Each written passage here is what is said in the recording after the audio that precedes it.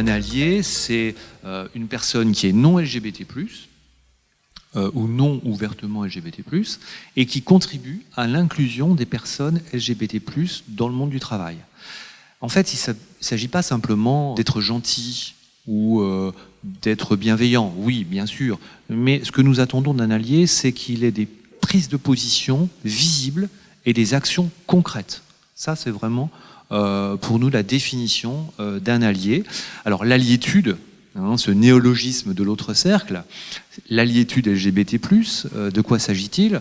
Eh bien, c'est un état d'esprit, c'est une attitude, c'est une manière d'interagir et qui va contribuer à l'inclusion des personnes LGBT+, dans le monde du travail. Donc, comme je le disais pour la définition de l'allié, c'est vraiment un engagement actif et qui va au-delà de la seule sympathie et bienveillance. Alors, ce guide, c'est le premier opus d'une collection qui s'appelle Carrément. Alors pourquoi carrément? Alors, il y a un petit jeu de mots, carrément l'autre cercle, bien sûr, mais c'est aussi parce que nous voulons aborder carrément et sans tabou la problématique de l'inclusion des personnes LGBT+ au travail. Ce guide se veut inspirant par les contributeurs, les contributrices, les 20 contributeurs et contributrices qui s'adressent à toutes et à tous. Et dans ce guide, elles partagent avec nous leur goût de la diversité, de l'inclusion. Elles nous montrent comment chacune, à son niveau, peut agir. Et ça, c'est important. Dirigeants, dirigeantes, managers, collaboratrices, collaborateurs, LGBT+, ou pas LGBT+. Parce que c'est une question de droits humains et c'est pas un sujet qui doit être porté seulement par les LGBT+. Et alors, ce qu'il faut dire aussi, c'est que toutes les actions sont les bienvenues. Des actions qui sont spectaculaires, faire signer la charte, monter un ERG, prendre la parole en public, mais aussi les micro-actions dans le quotidien. Et ça, c'est vraiment très important. Alors, la première partie de cette table ronde, elle va porter sur le pourquoi. Une personne LGBT+ sur 2 n'est toujours pas visible dans son organisation. Donc ça, c'est quand même assez symptomatique de peur, d'inquiétude, de stéréotypes, de discrimination, de LGBT-phobie. Deuxième chiffre, pour continuer la démonstration, 1/3 des LGBT+ a été victime d'au moins une agression LGBT-phobe dans son organisation. Et ça, tous les chiffres que je vous cite sont les chiffres du baromètre 2022. Troisième chiffre, plus de la moitié des LGBT+ ont entendu des expressions LGBT-phobes au travail. Ce n'est pas un boulot de PD, par exemple. Mais c'est qu'une blague. Oui. Sauf que l'impact peut être quand même relativement important pour les personnes qui reçoivent ces petites blagues. Quatrième chiffre, 53% des lesbiennes et femmes bisexuelles ont subi une discrimination et ou une agression au travail. Ça, c'est le résultat de notre grande enquête, unique en Europe, voilà, qui a été réalisée cette année, en 2022, avec l'IFOP. Ce qu'on a constaté avec les actions de l'autre cercle, c'est qu'il y a un écart significatif que l'on peut mesurer entre les intentions, les convictions des directions des entreprises, des organisations et des employeurs du domaine du secteur public, et puis la réalité vécue sur le terrain par les collaborateurs et les collaboratrices. Ça nous est remonté consécutivement 2 fois sur le baromètre, et nous, en tant qu'autre cercle, en tant qu'association d'intérêt général, eh bien, notre rôle, c'est d'apporter des outils et des éléments pragmatiques pour essayer de refermer cet écart entre l'intention et la réalité vécue par les collaborateurs. C'est évident qu'il faut encourager l'alliétude au travail. En tant que référente diversité, j'ai comme valeur principale qui m'anime personnellement et professionnellement l'équité, et il faut laisser personne de côté. Donc c'est important d'avoir cette alliétude, que ce soit au travail ou même à l'extérieur, je parle vraiment de manière globale.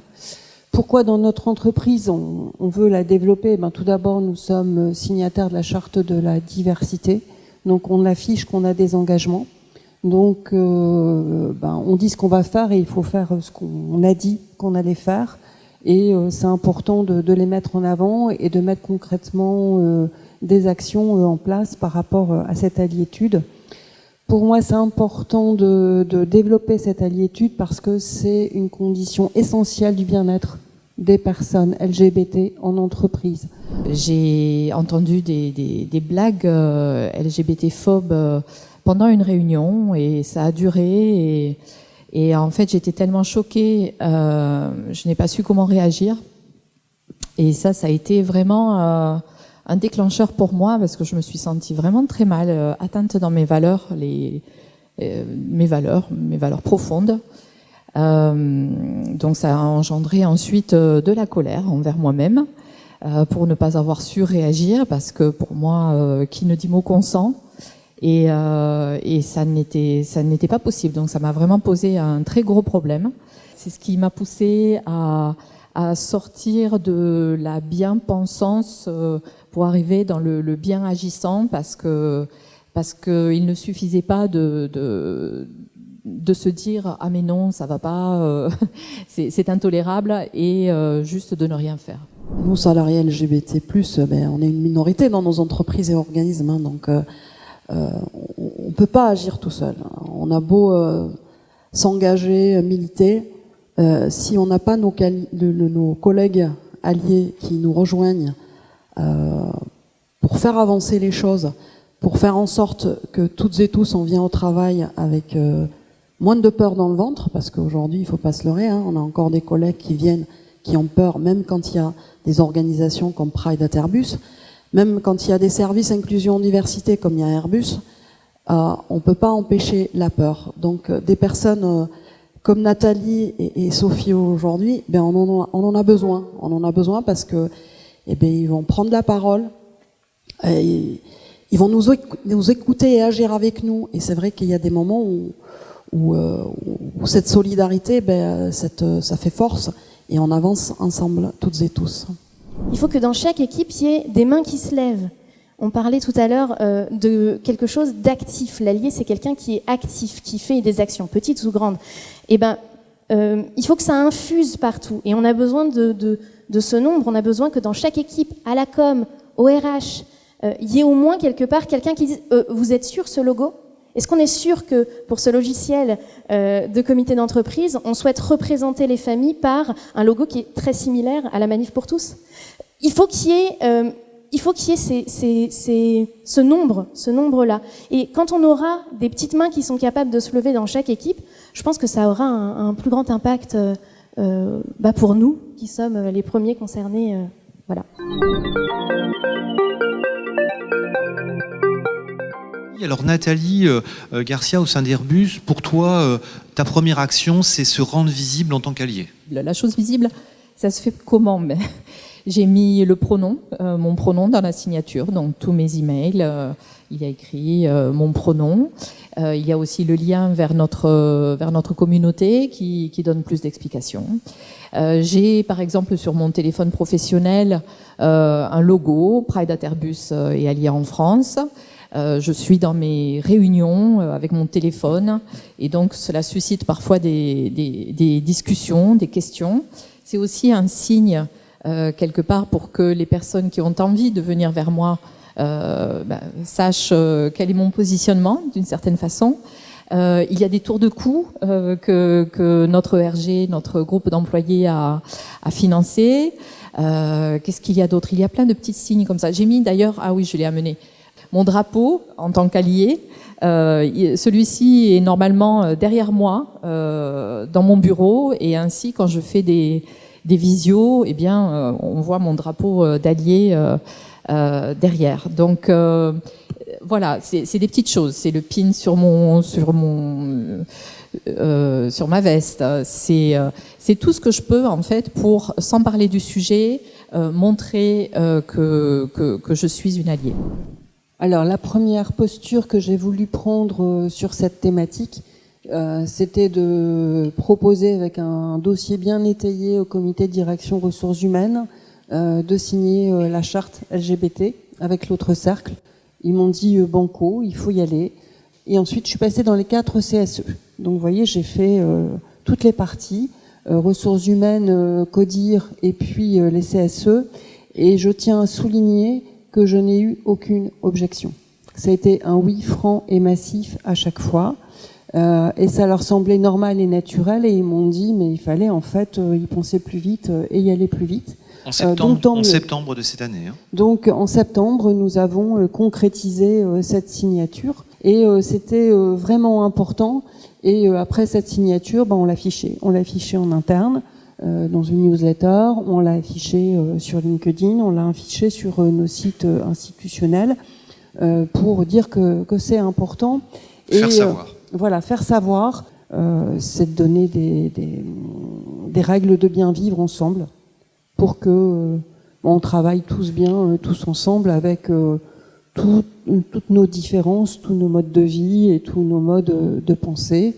Chacun peut penser ce qu'il veut, ça m'est complètement égal. Mais si je suis témoin qu'on me rapportait qu'il y avait une mauvaise blagounette, par hasard, tout d'un coup, je vais arriver dans un bureau.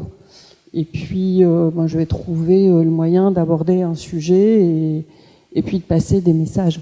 Et c'est ça qui est important. C'est la transmission, c'est l'éducation, c'est de donner des règles de bien vivre ensemble pour que on travaille tous bien, tous ensemble avec toutes nos différences, tous nos modes de vie et tous nos modes de pensée. Chacun peut penser ce qu'il veut, ça m'est complètement égal. Mais après, les mauvaises blagounettes, elles sont hors jeu et puis c'est tout, quoi.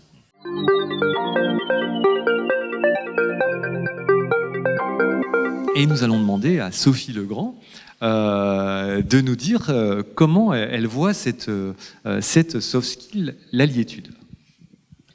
Alors, je dirais que ça fait partie de compétences relationnelles qui, si elles sont pas innées, doivent être travaillées pour qu'elles deviennent naturelles au quotidien.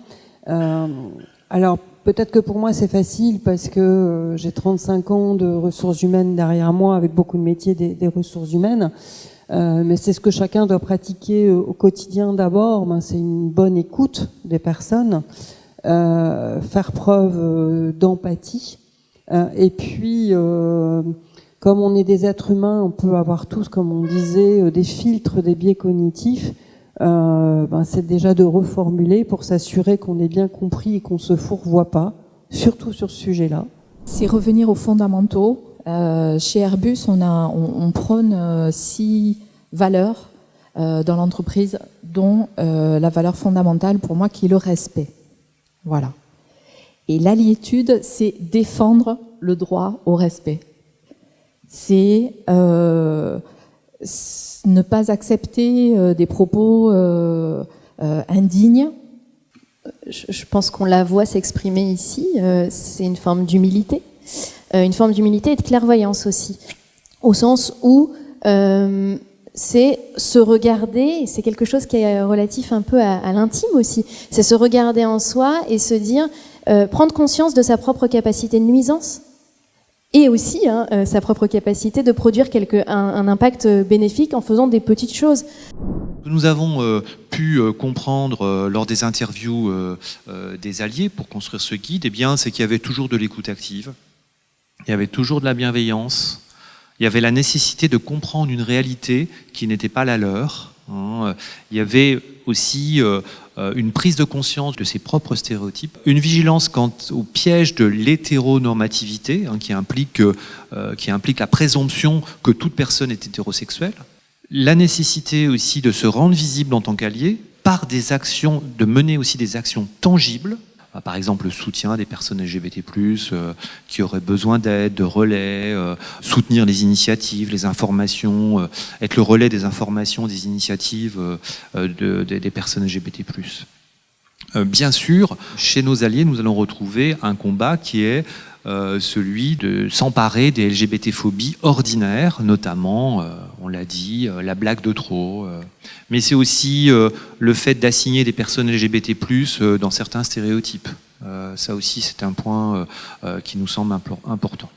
Au niveau du manager, l'alliétude, c'est beaucoup de pédagogie. sur l'inclusion des personnes LGBT+, auprès des équipes, et puis dans certains cas, le recadrage, le courage de recadrer, voire de sanctionner. La loi nous y oblige aussi. Ce qui nous a frappé lors des interviews, ça a été qu'il y avait plusieurs façons d'être un allié. Il y avait plusieurs formes d'alliétude, mais toujours nous avons perçu de la satisfaction à être en congruence avec ses valeurs. Systématiquement. Vraiment, à chaque fois, c'était un plaisir, une joie, une fierté d'être un allié. Et puis aussi le sentiment d'une utilité sociale. Ça, tous les alliés nous ont fait part de ce sentiment. Alors, nous avons besoin que le mouvement vienne aussi d'en bas, par une démarche véritablement de bottom-up, et qui ne concerne pas que les LGBT+. Encore une fois, nous avons besoin des 93% des non-LGBT+, les alliés. Finalement, développer son alliétude, c'est une sinécure. Parce qu'en fait, il n'y a rien à faire. Juste être attentif à l'autre.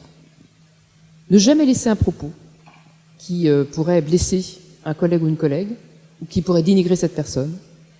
Retenir que lorsqu'on fait partie d'un groupe majoritaire, on a du mal à imaginer que une personne qui fait partie d'un groupe minoritaire, on va lui reprocher d'en faire trop, de surréagir, de manquer d'humour.